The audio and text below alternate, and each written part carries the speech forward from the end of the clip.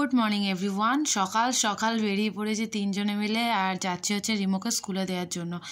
একদম সকালে উঠে ঘরের কাজকর্ম সেরে পুজো দিয়ে স্নান করে বেরিয়েছি।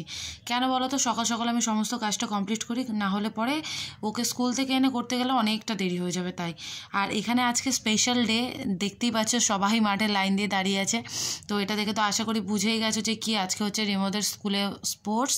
তো তারই এখানে বন্দোবস্ত চলছে। আর এখানে কী লেভেলের আমাদের এক্সাইটমেন্ট দেখো, যেহেতু মাঠে আমাদের অ্যালাউ করেনি, পাশে একটা বিল্ডিং নির্মাণ করছে আর কি, তো সেখানেই ন্যাড়া ছাদেই আমরা উঠে দাঁড়িয়ে আছি। আর এখানে রিমো হচ্ছে যেটা সোয়েটার ছাড়া, বাকিরা সবাই সোয়েটার পরে আছে, কারণ অনেক দূরে আমরা ছিলাম। তো যতটা পেরেছি ক্লোজভাবে দেখানো যায় আর কি আমি ততটা দেখানোর চেষ্টা করেছি। তো দেখো রিমো এখানে কী হয় যে দৌড়াচ্ছে, রিমো দৌড়াচ্ছে, দৌড়া দৌড়া দৌড়া দৌড়া দৌড়া দৌড়া দৌড়া দৌড়া দৌড়া দৌড়া দৌড়া দৌড়া। তো এটা দেখে আশা করি তোমরা একটু হলেও বুঝতে পারছো যে রিমো এখানে একটা পজিশন নিয়েছিল, ফার্স্ট হয়েছিল। আর এখানে আমরা দেখো কোথায় দাঁড়িয়ে দেখতে পাচ্ছ, মানে ওটা থেকে তিনতলা থেকে নেমে এখন একতলা ইটের ওপরে দাঁড়িয়ে, যাতে ওই ফাঁকাটা থেকে আর কি দেখতে পারি। যতই হোক ছেলে মেয়েদের খেলা, ছোট ছোট বাচ্চাগুলো যখন খেলে না, তখন মনে হয় যে তাদের খেলাগুলো না দেখলে খুব বড় একটা মিস করে ফেলবো। আর ওই যে ওই ছাদের উপরে আমরা ছিলাম। আর এইখানে একবার খালি দেখো তোমরা, মানে ছেলেমেয়েরা তো খেলছে ঠিকই, কিন্তু আমাদের বাবা মাদের কী লেভেলে এক্সাইটমেন্ট দেখো।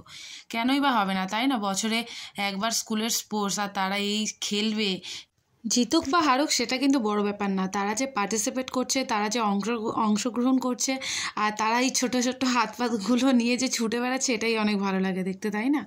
তো এখানে যে বাচ্চাগুলো রয়েছে তারা হচ্ছে মানে কিছু না কিছু হয়েছে খেলায়, তো সেটা পরে আমরা বুঝতে পারলাম যে এদের কেন ছাড়া হচ্ছে না। তো এরা কিছু না কিছু হয়েছে, ওই জন্য এখানে আটকানো রয়েছে, এরা এদেরকে পরে প্রাইজ বিতরণ করবে আর কি। তো ওই যে আমার ছেলে দেখতে পাচ্ছ রিমোকে, ওই দেখো সোয়েটার ছাড়া যেটা আন্টির হাত ধরে ঘুরে বেড়াচ্ছে।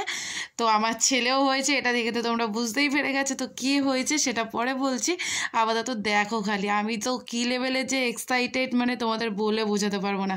যেটা বলছিলাম যে খেলায় তো জেতা হারা থাকেই, হারলেও হয়তো একটু হলেও খারাপ লাগতো না সেটা না, তবে জিতেছে যেহেতু আরও অনেকটা খুশি লাগছে, অনেকটা খুশি, মানে মনে হচ্ছে যে না আমি জিতে গেছি। আর এইদিকে দেখো, আসো আসো আসো আসো আসো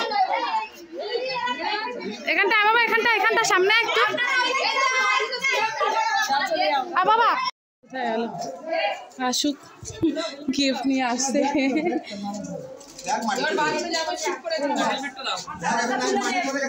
এবার সমস্ত বাচ্চাদের আর কি গিফটগুলো গার্জেনদের হাতে দিয়ে ওদেরকে ছাড়া হবে। আর সঙ্গে তো রয়েছে ওদের জলখাবারের জন্য ব্যবস্থা করা হয়েছিল স্কুলের তরফ থেকে, সেটাই যে ছোট ছোট বাচ্চাগুলো হাতে গিফট নিয়ে বেরোচ্ছে, কি সুন্দরই না লাগছে, তাই না? বলো তোমরাই একবার কমেন্ট করে বলো কেমন লাগছে।